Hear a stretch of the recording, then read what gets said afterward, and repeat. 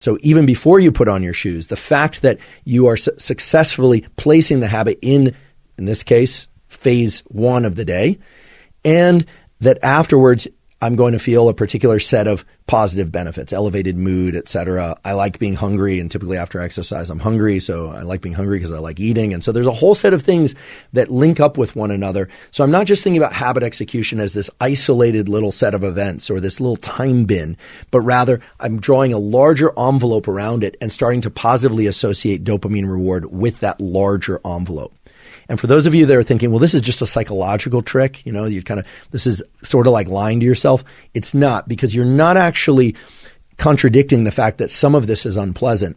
What you're doing is you're taking this entire series of events, what I'm calling this kind of time envelope, and you're associating it with a particular reward that comes later, which for me would be the feeling that, that I've completed this, right? Because for me, that's usually a good feeling.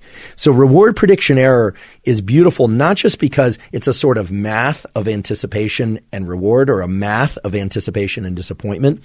It's beautiful because you can stretch out or make more narrow the time bins in which reward prediction error works. Reward prediction error is the way in which people navigate 4-year degrees, right? I mean, you go, sure, final exam to final exam, et cetera, but ultimately there's a big payoff at the end, and it's all basically for that big payoff. And of course, I understand that it's the journey, not the destination. But let's face it, for a lot of us, goals and habits are about achieving some sort of destination. In the case of Zone 2 cardio, for me, it's about trying to stay alive for as long as I can with vitality, that is.